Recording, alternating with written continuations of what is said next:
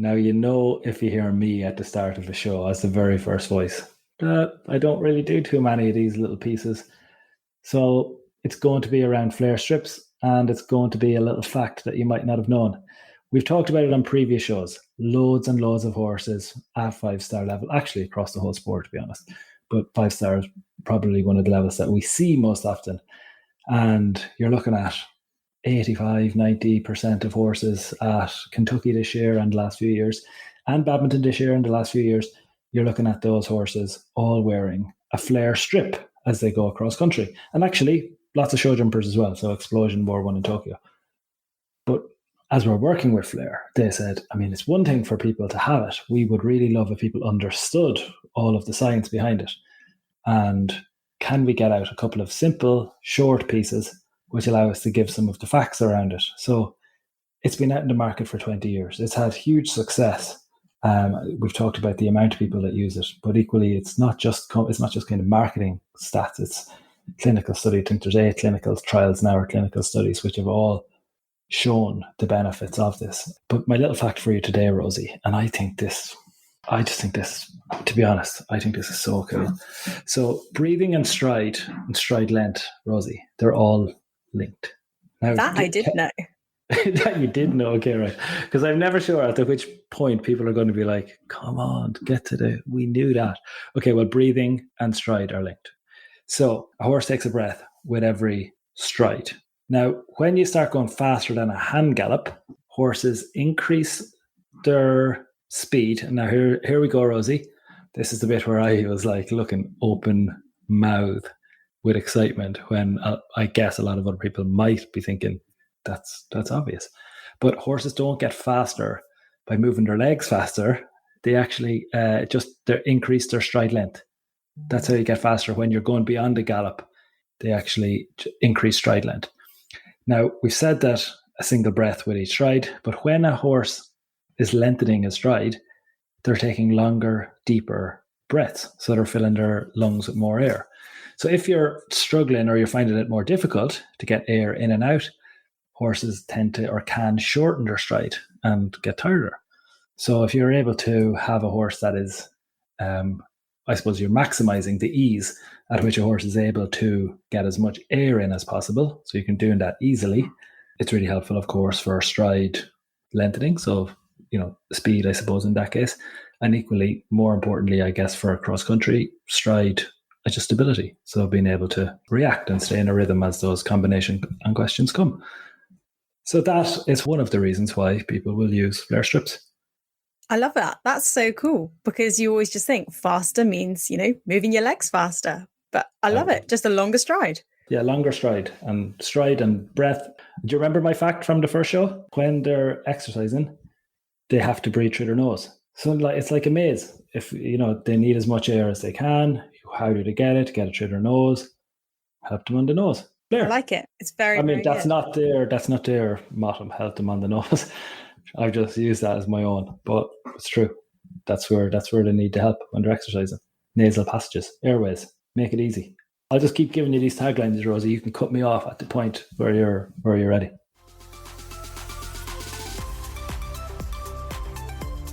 Right then, listeners, let's get down to business, because Luhmühlen is upon us, and we have actually got a bit of a choice to make, because we have got the 5-star competition to talk about and the German National Championships, the 4-star short, which, to be honest, is where quite a lot of the action is. This show is brought to you by Flare Strips. They will be supporting our European eventing coverage for this year. So the preview and review show for Luhmühlen is courtesy of them. Spike and Catherine are with me. Spike, first of all, how are you? Very well, thank you. Yep, top form. I'm all right. It's been a bit of a traumatic few weeks, hasn't it, in many ways? But we've got to keep. You got to kind of, as has been said, you got to keep smiling and you got to keep seeing the positives. So, no, I'm all right and I'm good form on a Monday evening. Good. I'll set the scene for you, listeners. Both of my children have been screaming. Catherine and Spike have sat very, very patiently. So let's hope that I don't have any more interruptions. Catherine, how is life? It's all good, thank you. All fine. And I don't have any screaming babies in the background, which for tonight is, a relief, I guess. But tonight I'm very envious of you, not going to lie. Spike, right, flare strips. Can you give the lovely listeners who often see these strips on horses' noses going cross country or in the jumping phases and think, but what do they actually do? What do they do? What do they do? They did quite a lot, in fairness, even though they just look like a big old plaster stuck on the snout of your horse. It's designed to stabilize the third nostril, which is the false nostril, it's a sort of a blind ending nostril that can just, as the airflow goes through it, can just make it all the airflow not smooth and linear, makes it turbulent.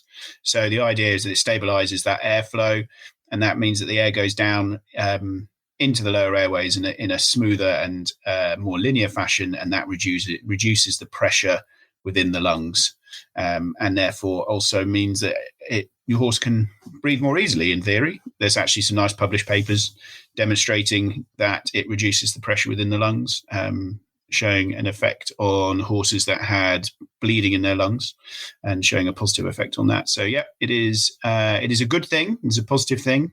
So if you have a horse with any sort of airway limitation or breathing issue, then something to consider and speak to your vet about as an option.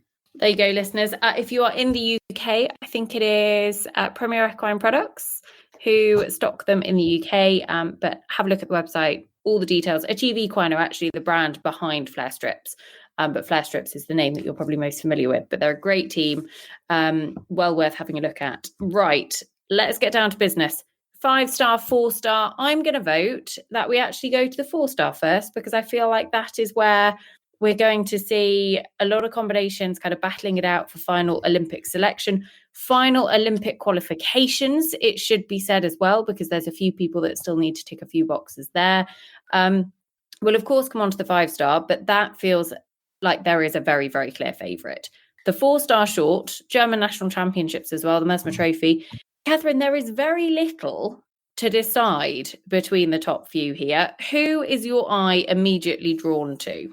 It's got to be Laura Corris in London 52, triple 5-star winners, Olympic gold medalists, absolutely gunning for their Olympic selection again. Fresh, haven't done a long format competition this year.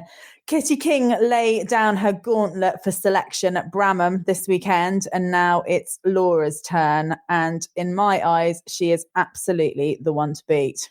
This time 12 months ago, she actually won the 5-star on one of the best finishing scores that we've seen. I think it's the second best 5-star finishing score in the last 15 years or something, 20.3. And she's coming back in the 4-star this time. She had a great run at Bicton. The horse has been going very well. I would just stick with Kitty for a second, actually, because she won, obviously, the 4-star short at Bramham. Ros Cantor also ran Lordship's Graffalo fairly steadily cross country. He led the first 2 phases. I actually watched both his dressage and show jumping. He looked very, very good. She didn't let the handbrake off cross country. So while they're both in the prediction centre, as things stand, we're expecting them both to come out. And so therefore the kind of the main Brits that you're going to see in Luhmühlen this weekend in the 4-star short are going to be the likes of Yazing and Banzai de Loire, Tom McEwen, JL Dublin. I think they're your big 3, aren't they? Laura, Yaz, and Tom. And it interests me that in the prediction centre, JL Dublin is a fraction ahead of London 52. And by a fraction, I mean they both have a 16% win chance. JL Dublin has a 34 as opposed to London's 33 top 3 and 58% top 10 to London's 57%. So, I mean, they are very, very close. Yazing and Banzai de Loire, interestingly, actually, for an Aachen winner, back on 9%. I was surprised by that. Yes. I don't know. I'm not an anywhere maths expert. I don't know how much of this is done on the numbers. I don't know how many, I just feel that London 52 has done a lot and is the oldest and most experienced of that trio, whether the fact that he has had more runs affects his mathematical chances. But yes, why should Banzai Dwar, world champion, etc., etc., be on a 9% win chance. And Lordship's Graffalo, what isn't running, but on an 8% win chance, despite having won badminton in the Europeans. My guess is, though, that it's because we would expect it to be such a low scoring class that actually they're just, he's maybe a little bit off the numbers of, Tom did a 20.1 in Kronenberg this year. London's been regularly in the low 20 territory. I think he even broke into the teens this year. And that's not unheard of in this class. So to put it into context for you listeners, since 2008, the average winning score of this German National Championship is 22.6. The best winning score was actually 17.5, Bettina Hoy Senior Medicott back in 2017. But I mean, there's been an 18.5 Michael Young River of Joy. Like, you can win this on a very, very, very low score. I think that was the year that Bettina actually led the 5-star and the 4-star going into show jumping. And she actually won the 4-star and not the 5-star with about, 1 or 2 down. But that was pretty cool. It's such a great competition. And Luhmühlen is a fabulous event, as we all know. So very exciting. Spike, of those 3 Brits battling it out, where's your money? I've been revving up for this. This is awesome. Like, come on. Like, this is going to be brilliant. Like, I sat and listened to the Kentucky preview, and there was all this chat about the My Balm versus Chin Tonic and how it's going to be this epic showdown between those two. This is like that was an epic fail. Yeah, a little bit of a stab squib. But, like, this is that. But, like, times 3. Yeah. Like, it's epic. Like, the Brits is going to be amazing, which you're talking about. Look at the Kiwis that are running there. We've got one trying to get qualified. I think the Germans as well. Like, this is going to be unbelievable. Like, I think this is going to be like one of the best 4 short classes I've ever seen. And I think the twists and the selection policies and the selection probabilities are, we can end up talking about people who aren't even going there as, where they're going. And let's not get obsessed with the Olympics quite yet. But I think the showdown between the Brits is brilliant. We talked about, there was a showdown between the Brits and the 5-star in Kentucky. I think between Tom and Laura and Yaz, wow, this is going to be awesome. And as you say, Kitty's chucked down her gauntlet at Bramham. I think we'd like to think that Ros is pretty safe for a selection. I think we'd probably be thinking that Laura and London have done enough to be pretty safe for a selection, but she never seems to run him slow when there's a win on the bet. When it's done a 21 or 22 dressage, they never hang about. They're always there gunning for a win. They love a win as well. So this could be they could have 3 of them with it, 21, 22 dressage, all 3 of them capable of scoring that. A poll, I think a poll is going to be interesting. Yaz has had a poll down in 3 of her last 4 FEI results. So that might be why she's a little bit lower in there. London 52 is a superb jumper, capable of a pole. Tom will forever rue that pole he had in Kentucky, even though Dublin is an insane jumper. Speed here in a 4 short environment. Dublin maybe lacks a little bit of endurance in a long format, but this is a 4 short. He's more than capable. And Tom is going to be out there. Like, Tom goes and wins it, and Kitty's won Bramham, and they've got Tom who's won Luhmühlen, and you've got the European champion, and you've got the horse that's got 3 of the best ever finishing 5-star results. Like, how do you pick between those 4? Like, it could be unbelievable. And post-selection or whatever, what an incredible confidence boost this is. Whoever wins this has essentially beaten quite a large percentage of the best horses in the world. Yeah. Win it, and you go, right, there you go, Fisher Chipmunk, there you go, Falco, there you go, whoever, you haven't got Diablo Month there, but talk about a form boost. Dare not to pick me after I've beaten that lot. In that case, then, how big is it that there is no Oliver and Cooley Rosalant in the start list, Spike? Because we've seen all of the others run international, or we're going to see them run international classes since Kentucky. They're all laying down the gauntlet, and it's hard, isn't it? Because you've got to prepare your horse for a big event in the way that you feel is possible. But the Brits kind of get pulled into chasing selection as well. I think that. I think it is pretty big. There's always a recency bias, isn't there? You always look at their last result, and if you're having to look back to the spring for Cooley Rosalind's last result, I remember Laura got interviewed by you early on in the season, and she had the belief that running around 4 shorts was closer to what is going to be expected of them when the challenge that's going to be when they get to Paris, particularly here at Luhmühlen where they've got a show jump last. And I think if you end up finishing on a 22 or a 23 here, because you've gone quick and inside the time, show jump clear and done a great dressage, I think for me that form stacks up over a finishing score of whatever it was, 33 or 34 in Kentucky. That I'm not a selector, but that would be my take on it. She missed a change in Kentucky. She's not quite as established. You've got some incredible dressage horses that are incredibly consistent and they're going to hit their changes. I would have him outside of the 4 at the moment, but I'm not a selector. I love outside of the 4, there's kind of 5, isn't there? When you throw Kitty into the mix and Ros into the mix and the 3 that we're talking about here, then you've got Oliver. There's others as well, but I think I'd probably have Yaz a little bit behind the other 4. That would put where I would be going into this weekend. I'd have the 4 of Tom, Kitty, Laura, and Ros. I'm not disagreeing. How you pick 3 out of that? But the only thing I'd say is that I know that Oliver's thought process on it is that he always aims to peak at the big competition, not beforehand, in an attempt to chase it. Don't disagree at all. But he did do a 31 dressage, and we're talking about horses capable of getting marks 10 less than that. So, and I know he came second at Burnham, where he beat Kitty in a direct fight. Still got beaten by London 52, though.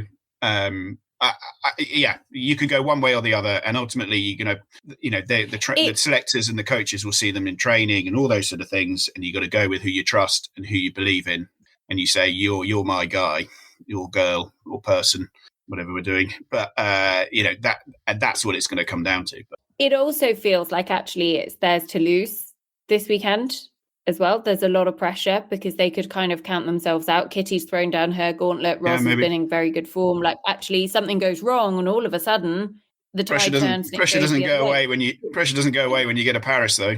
You put everyone in a foreign environment, in a bizarre situation with all the weirdness that comes with an Olympics and the pressure and everything else. So yeah, it's an interesting. That's an interesting way of looking at it. I remember last year we had, as a team vet for the young riders, some of the riders then, having been selected, had to do a final run, and they found that more stressful than competing for a place. Competing to potentially lose one was difficult. So again, depends on people's mindset. But yeah, can I just throw something out there?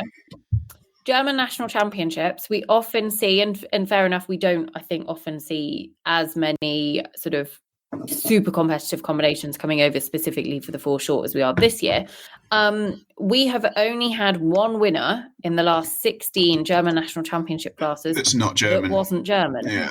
Absolutely. That was Andrew Hoy, Cheeky Kilimbo back in 2014. And they're all going there, and they could get completely turned over by the Germans. Not turned over, but they could easily be in there. We've got Michael Jung and Fisher Chipmunk. Further down that prediction list, you've got people like Ingrid Klimke and Asher P. Interesting that Yulia Kowarski's horse is so far up when it's relatively inexperienced, really, Nicole. But can you remember, it's got a great form, but can you remember going into Tokyo, we were doing all the preview shows, and Amanda Bonneville, who went on to be the Olympic champion, a very similar sort of point was that, Amanda Bonneville's further up than we thought she might be. And actually that form played out. So yeah, Julia's pretty good. So yeah, this is not a done deal that the Brits are going to win this by any stretch of the imagination. Fisher Chipmunk FRH actually has been very, very lightly competed this year. He's only had 2 runs. He did a 3-star at Radolfzell, did a 17.4, and then can you remember the days where this was a regular, where he would go cross country and then just randomly pull up? That was somewhere else, wasn't it? Where did he do that? It wasn't at He's done it plenty of times over the years, and it slightly messes up the FEI record and stats. Yeah, that's what he's doing. The R doesn't mean anything went wrong. No, he just had a nice little hack round and then put his hand up. Horse went well, top 10 at Marbach, but wasn't super impressive in any phases.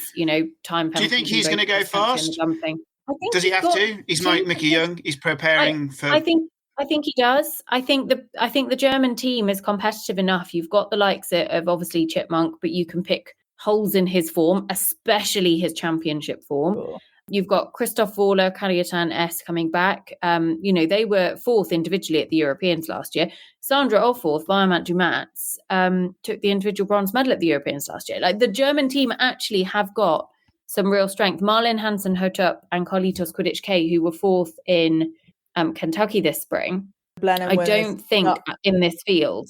No, that's interesting. What I'm trying to say is you've got really nor is good horses. Christoph, in fairness. Is he not? No, I don't think he is either. Oh. But that doesn't mean that they're out of selection contention. No, but I would have imagined normally the German team do go to the German national championships. I'm going to do some quick stalking, listeners. And Malin's not there either. She ran from Kentucky. She's obviously not. The only thing I would say, Kariatan S won the 4-star short at Babruzco. Yes. But also had 2 frangible pins randomly in his other run of this year, which was in the 4-star at Marbach. So, not as I said, they're going to not pit Mickey Young on Fisher Chipmunk, however much you think the others are going to try and pop up that's a headline story, isn't it? So, I think so. It'll be interesting to see. He's sort of been a bit, as you say, he's been campaigned a bit more conservatively, and whether he's just trying to get him absolutely peaked for Paris, which I'm sure they all obviously, aren't they? They're all going to try and get them peaked for Paris. But to know that you've got a slot and you can work back from Paris with everything in your work schedule, rather than having to go and run and get selected, we've said this in previous years, is often can be considered a benefit. So it'll be interesting to see whether he goes for the win here this weekend, or whether he goes and does a 17 dressage 3.6 time show jump clear and win anyway. But I mean, who knows? There's a load of Kiwis and Aussies. Can we talk Kiwis for a second? Because actually Falco is here for Tim Price. Has the 4-star long part of his qualification, because he went very well at Kronenberg, finished second there, just jumped double clear, but bags of time penalties, all about ticking the qualification box. He doesn't have a 4-star short qualification. So it feels to me like actually that's priority number 1 here this weekend. You've got to get that 4-star short in the bag, because you have to have your 4-star long qualification, but also a 4-star short in the season of the Olympic Games and MER. I think that I think Kudika Dudavan needs the qualification as well. I know he's done a 4 short this spring, but I think because he missed all of last year, or he had a Thorsby, but he had quite a lot of time faults. But I think you need 2 4 shorts as well as a long. And this isn't their last opportunity, is it? I think Stragum next weekend is, the weekend after this. You got 34.8 time faults at Thorsby last March before then not competing at badminton. Let's do a quick old calculation. 34.8 divided by 0.4. 87 seconds. So correct. That is not an MER. I could have just looked at the little tick, couldn't I? That would have saved my maths. But actually, that's not an MER. Because you have to be, I think it's 75 seconds, no more than 75 seconds over. So both of that, and you could probably argue that those could be Tim's number 1 and number 2 for selection. You've got to go. So, they need a clear cross country. And he had an 11, didn't he? He had a frangible pin at Bicton before pulling up. That's very unusual for this horse. I know. Because he's and also that would have been an MER if he'd finished. So odd that he pulled it up. He has put it all on this weekend. So it'd be interesting how Tim plays it. Can I ask then, Australians, before we talk about the Kevin McNabbs, etc., that are running here this weekend, Andrew Hoy, Vasily de Lassos also needing a qualification run, because they went to Avanche for the Nations Cup last weekend, had a run out, ended up walking home. I mean, that feels like a big old blow for the Australian team. Yeah, and it's, they've got, yes, as I said, Stragum next weekend, their last chance to get qualified. It was an angle, wasn't it? And they chanced it at speed. It didn't come off. Quite a big deal. Has anyone seen it? I haven't visualised it. That was what was reported by the rider. I'll share it with you, Spike. In fact, I'll send it to you right now, and you can give the listeners your immediate reaction. I had to do his horse and hound column last night, and he told me about it. Let What did he say? He just said that, he was coming fast, going quickly, as you do in a competitive situation. It didn't come off. But if he's just going to tick a 4-star short, but why is he doing that? I mean, there I am telling Andrew Hoy how to ride. He wanted to win it as well. I'm going to say then, Catherine and Spike, because we had a hefty old debate on the Mill Street preview show, D&I, over Chris Burton, Shadow Man. Had he done enough to be selected? On the preview show, I said that I felt he needed to go and do something, and he went and did that in Mill Street. He won there. Has he done enough for you? Yes or no? Well, I think given that I don't think the Australians are absolutely busting with qualified sound horses, he probably has. I would say he has as well. I think the tricky thing here is interpreting the form of going and running around a 6-horse event somewhere in a place where there's no one else running to tick a box versus actually going, on a good day with strong competition. I wouldn't have said the Mill Street form is superb and it's nothing like coming here at Luhmühlen, but I think it's enough to show that they've cemented a partnership there. It looks smooth. It looked excellent. I'd be amazed if he's not going. Yeah, I think Andrew Hoy's got more of a struggle on his hands. I think Andrew's tricky. I mean, the horse has clearly had time off from when it didn't trot up in Mill Street last year at the the Olympic qualifier. So, and when they've got to go chasing qualifications through the spring like this, that's not necessarily always the best thing for their legs either. So no. I would have concerns about Vasili's selection. He is Cadet de Belliard qualified? He is, I believe. Is it good enough? Check.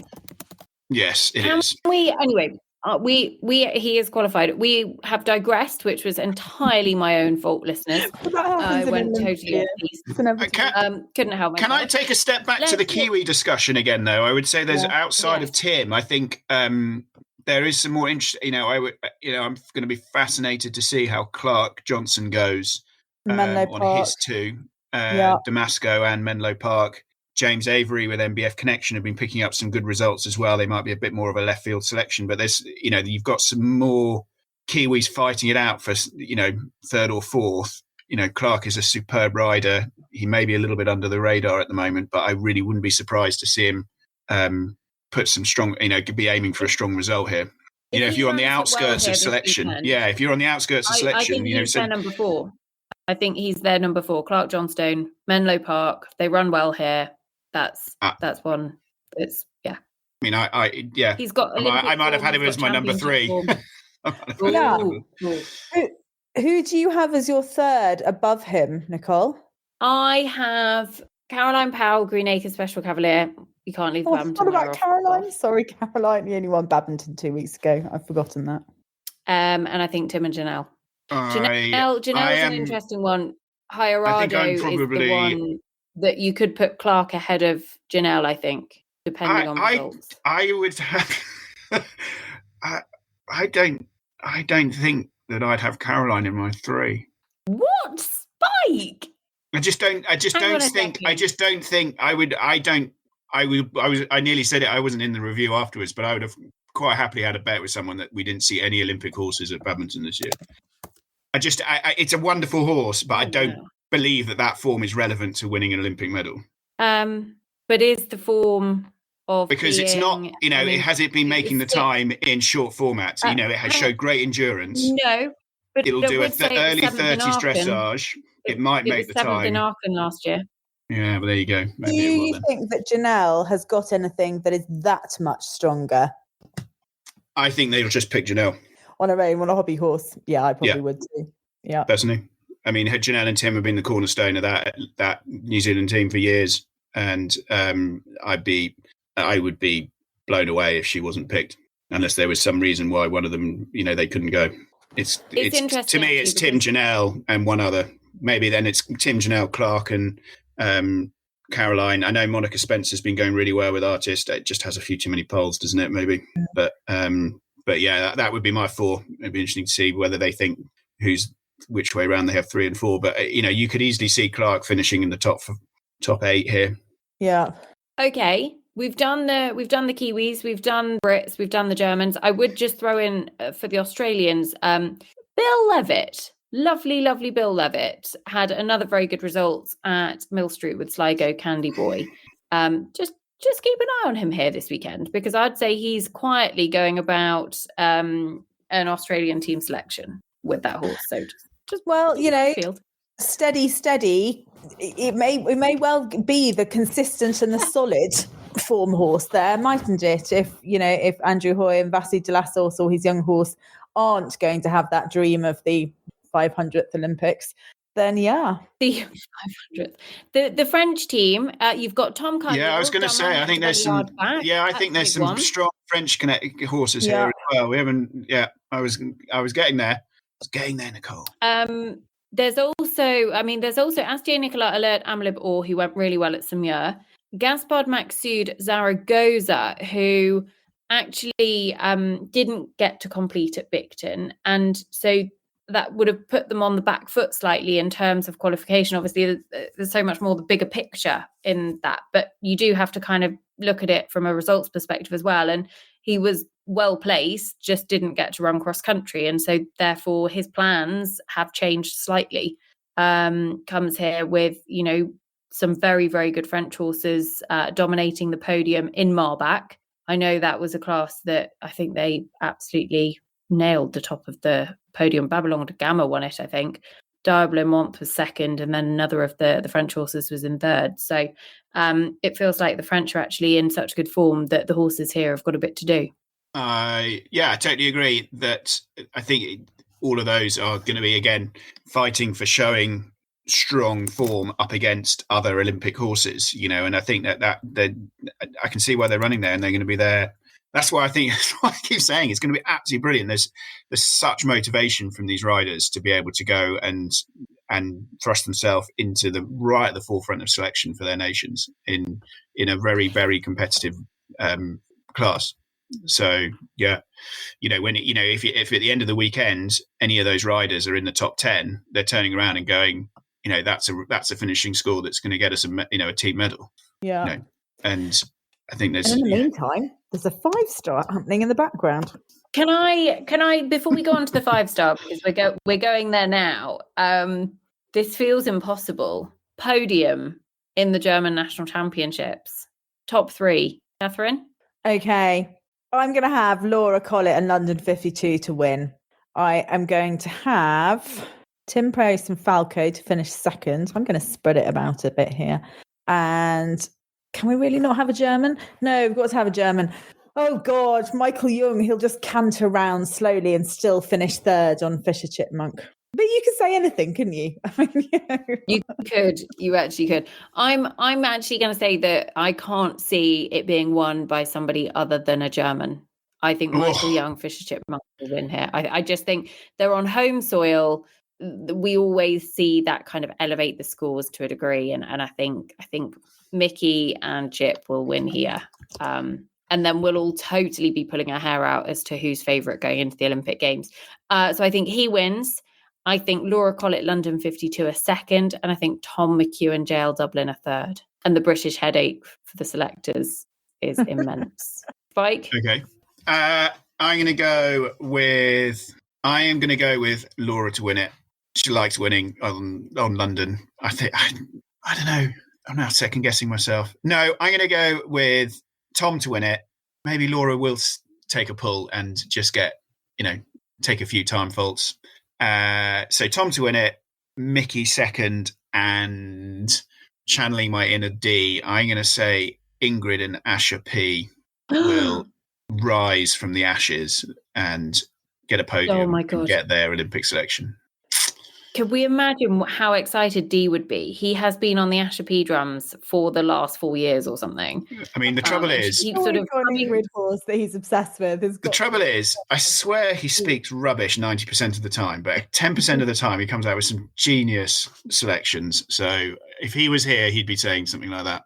Okay, let's go on to the 5-star, because to be honest, this is much more sort of obvious in terms of who is likely to top the podium in so much as the prediction centre has Roz Cantor, Islot DHI, the Poe winners from last year, 38% win chance ahead of Laura Collett's next on Hester, 9%, Will Coleman, Diabolo, 8%. So putting that into context, basically, she's a clear 30% pretty much ahead of her sort of closest challenger.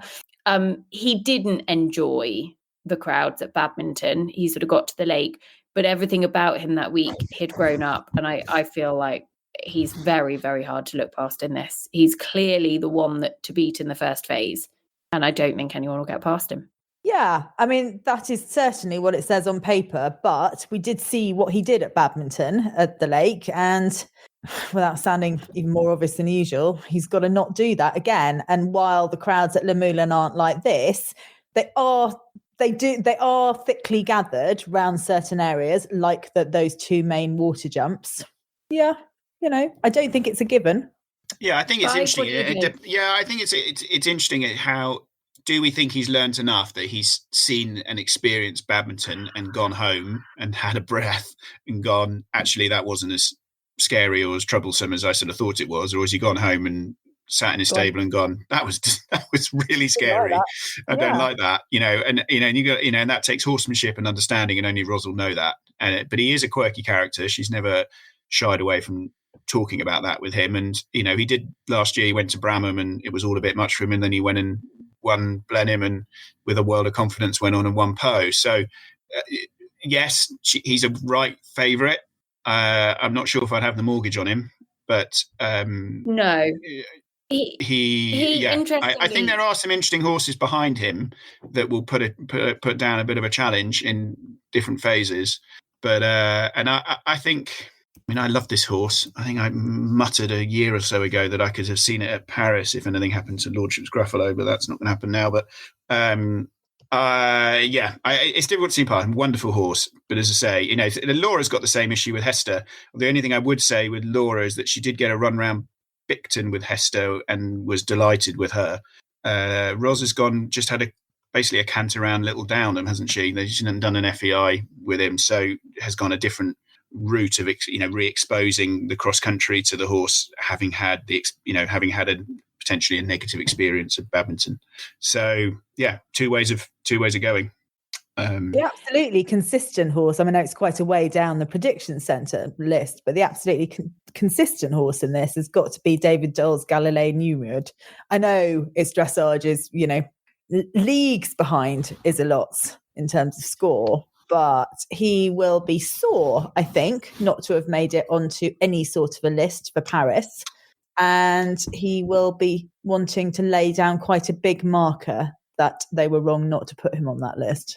It's funny, actually, now you say that, because I think he really deserves to feel a bit sore about not featuring. When you look at his 5-star form, it's exceptional.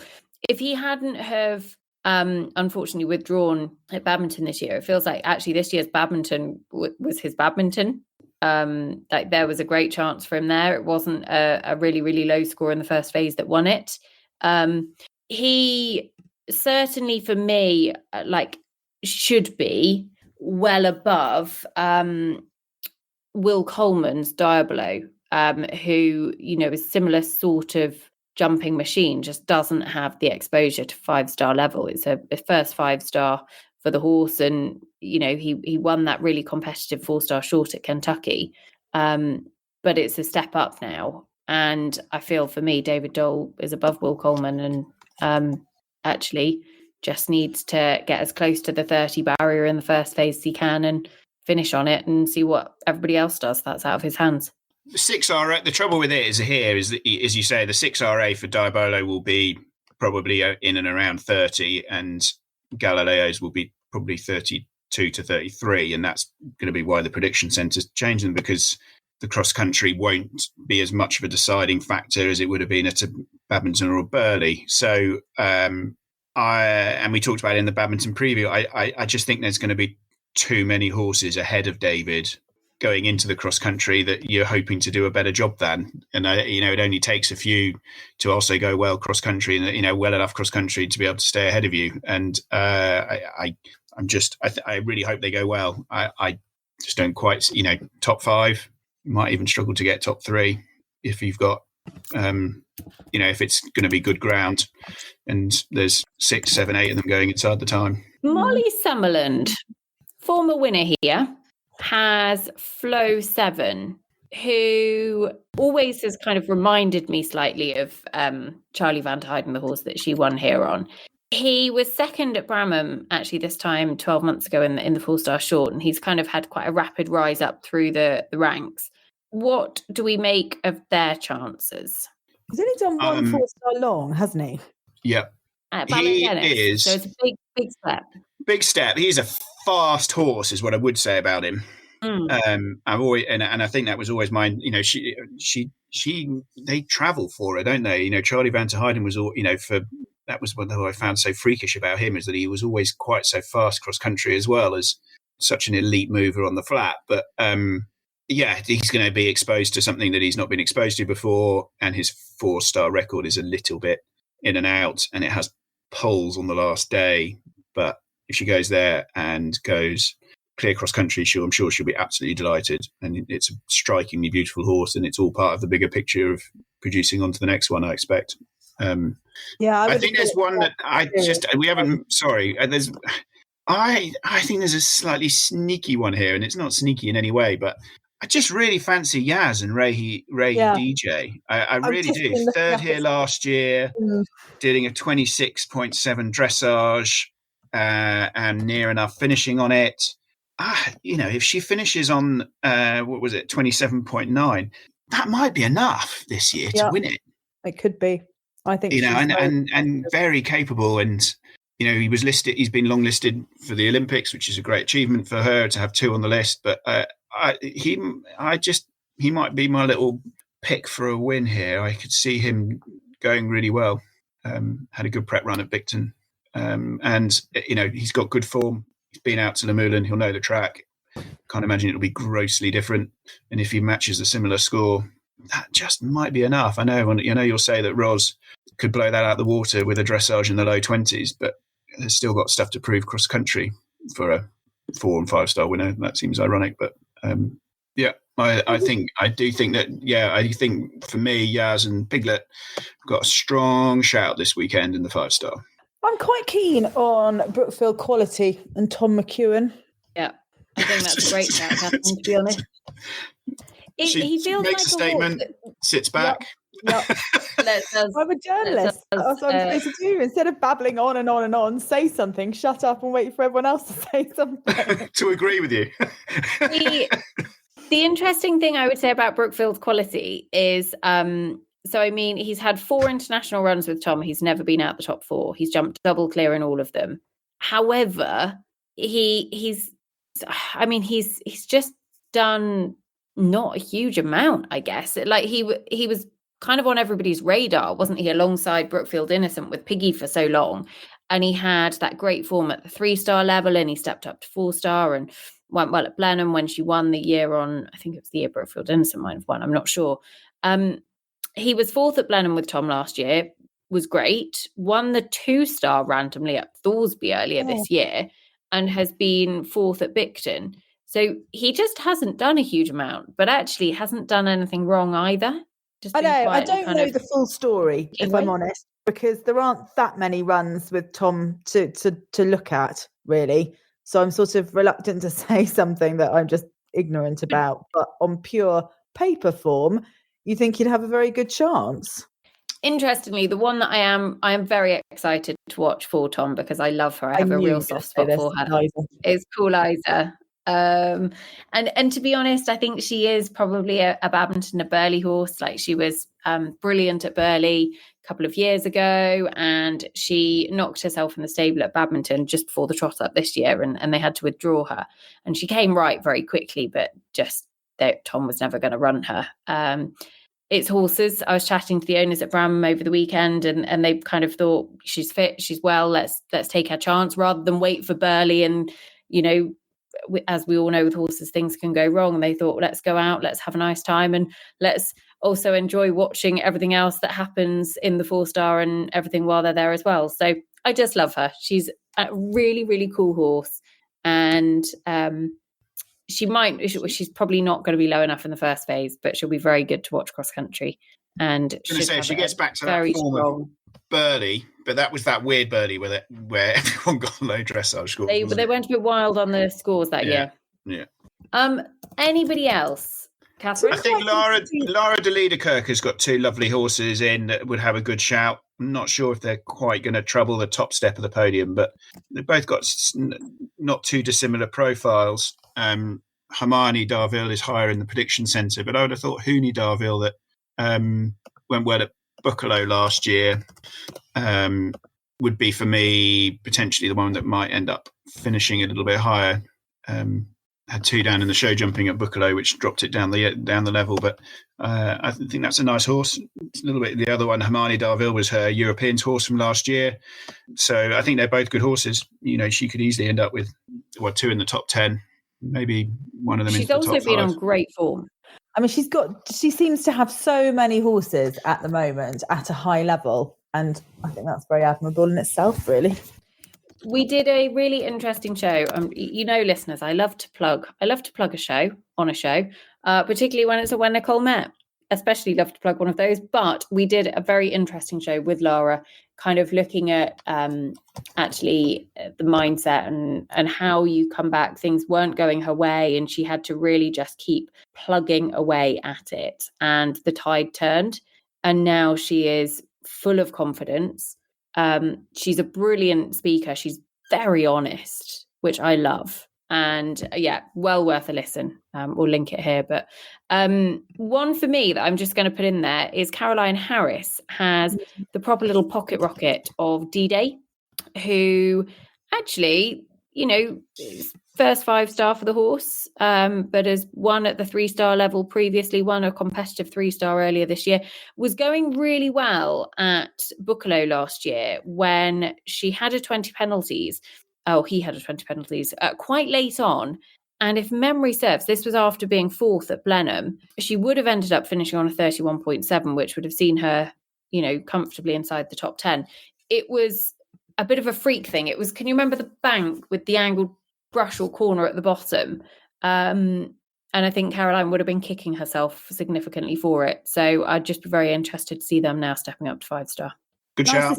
Storm Straker doing her first 5-star, having won the 4-star long, a small 4-star long, but nevertheless a 4-star long on quite a nice score at Ballindennis with Fever Pitch. Yeah, lovely horse actually. Ooh. I think you mentioned it earlier. I can't remember where that horse has come up and mentioned. We've talked about it before, but actually has a really strong record, great cross-country record. Yeah, has done. Last season did Blenheim, Buccalo. It's not. I think I might mention it in the run up to the 8-9-year-olds actually, but good on her. Lovely horse. I have got 2 more that I want to mention. One, Alyssa Phillips and Oscar, who had some great form. We spoke about them quite a lot on the Mill Street preview show. Great form over in America. Won Terra Nova 4-star short earlier on this year, and actually passed that European development tour that the US team have been kind of enjoying over the last few weeks. I think her run at Mill Street, where she had 8 time penalties cross country as part of the US team, I think that was probably, partly keeping the handbrake on for the 5-star here. So I think they've got a very, very good chance. The US actually with Will Coleman and Alyssa have 2 very good shots. The other one is actually Sam Lissington and Lord Seaconig. Sam has been in great form, and she's again building a really nice string of horses. So this is one that I think would be very interesting, stepping up to the level for the first time. She's had some good results at Luhmühlen previously, I think, and actually she's done quite a lot of European events as part of her build up to this spring. And this horse was second in Oudcastle back in April, with a very good double clear, but did a 25.2 dressage there. And it has been in the 20s on 4 of his last 5. So definitely one to look out for. It likes hitting flags, though, doesn't it? It's got 15 in its record the last few times. What's it had? A couple, definitely. 15 in Marbach, 15 at Blenheim last year. 1 at Marbach and 1 at Blenheim last year. Yeah. If I remember rightly, it's 15 at Blenheim last year was in the new water up at the top of the other side of the lake. Missed a corner, but I mean, I'm really testing my memory now. I had a baby since then, so who wins?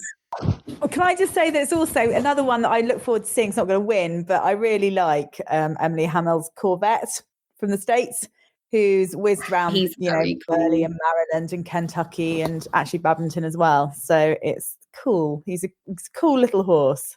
He's such a fun jumper to watch. Like, watch him jump. He's very, very cool. Who wins? Spike, podium? I will have Yasmin Ingham to win the 5-star with Rahi DJ. Second is going to be, he says confidently, Tom McEwen and Brookfield Quality. And third, Laura Collett and Hester. Oh, what do you think happens to Roz? I think she has a lovely time. I could just see another. I'm not going to back him to get round the cross country, which sounds an awful thing to say, but no, I would. Yeah, maybe a 20, maybe time. I don't know. I'm not hoping it by any stretch of the imagination, but I just think for a horse that that she's having to produce carefully, that has definitely got a quirk. You have to see how he comes out of Badminton, and I feel more confident with Hester being able to go to, going well at Bicton, having been a bit worried by, being shown some greenness at Badminton, that just gives me a bit more reassurance. So, yeah, I'm going to channeling my inner D of not going with the favourite. Okay, Catherine? Oh, and I was going to do a dark horse of Kirsty Chabert in opposition Heraldic Girl. If you want a pocket rocket, this is Rocket. She's known as Rocket. So cool. She's tiny. She's an absolute jumping bean. Did a 32 dressage at Badminton, and Badminton weren't scoring low. Kirsty would be delighted if she does a low 30s again, and is a really, really cool horse. So, yeah, that one to shout out. Catherine? I'm also going to avoid the short price favourite. I'm going to say that... I don't want to say the same thing, but it's quite difficult not to. I'm going to say that Yasmin Ingham and Rahi DJ win. I'm going to say that David Dole's going to do the dressage test of his life and finish second on Galileo Newmed. And that Lara Delida Kirkemeyer is going to finish third on Hermione Darville. And Storm Straker is my dark horse. Okay. My dark horse is actually Labissa Lubica and Academia 34, who completed Blenheim last year, can have poles on the last day, but actually is very smart in the first phase and should be actually well placed in the first phase. Is that a German rider doing a German 5-star? That is the lesser spotted. German rider doing a German 5-star. Is that the only one in the field? Look at the entry. Nikolai Oldinger's in the field. Oh, yeah. Well, there we are. There's two. There might be different ways of doing it, aren't there? That I found. Different ways of doing it. Yeah, and different eras as well. Yeah. Yeah, there's literally only two that I can see. There are more Germans in Kentucky doing the 5-star than they are in the one when they can drive down the road. There you go. Ros wins for me. Is Lot DHI. I have faith in Ros. I think the horse always gets better as the season progresses anyway. I think he wins. Second, I'm going to say Yazingham, Rihi DJ. And third, David Dole, Galileo New Mode. In fact, no, third, Will Coleman, Diabolo. Fourth, David Dole, Galileo New Mode. You love a fourth pick, don't you, Nicole? I do. When you get indecisive on your third one. Yeah, you love a fourth. And then I just kind of go a bit windy last minute. Yeah. Anyway, listeners, I hope you've enjoyed a little sneaky look at what we've got in store in Luhmühlen. I think it's all being streamed live on Horse and Country, so you'll be able to watch it. Listeners, you have to watch this. You have to watch this. Yeah, if you're into eventing. You don't want to just see the results. Invest. And quite frankly, if you're not doing anything else this weekend, go. It's the best. It is such a cool show. It's so easy to get to. Juliet Otto, who runs it, does a brilliant job of keeping a 5-star and its associated, 4-star class going in Germany. There are loads of parties. If you don't have anything else to do, don't just watch it. Go. Unfortunately, I am at Nunny from Friday to Sunday. I mean, Catherine is the three of us is one without children, and Spike and I are both thinking, well, yeah, we can't escape the kids. I know, and I've been lots of times, and I've had lots of fun there, and I'm not going this time, but it would be very nice to be doing so. I will be watching it from home. I'm going to enjoy watching it from home, actually. Right. Listeners, enjoy it. I have a feeling that by this time next week, there will be a lot to discuss, and the impact of Luhmühlen is going to be huge. Tune in and let us know what you think as well. I'm sure you will have been agreeing, disagreeing with us as we go throughout the show. Spike, Catherine, it has been a pleasure. It's always fun to be back on a show. Missed you both. Yeah. And listeners, we'll be back next week with a review show. Big thank you, as always, to Flare Strips for supporting our European 5-star coverage this year. And watch this space. Back next week with the review show. All will be revealed by then, listeners. Hi, it's Sparkles Watson here. And one of my favourite Cardin Martin products is Tea Tree Hoof Oil. I would use this a lot at home as well as competitions. All of our horses live out, so they would have it on before they go out, and when they come in, it is brilliant at managing the moisture balance in their feet, so it stops when the ground gets too dry or when the ground is too wet, and then also it makes their feet look very sparkly and shiny at the competitions.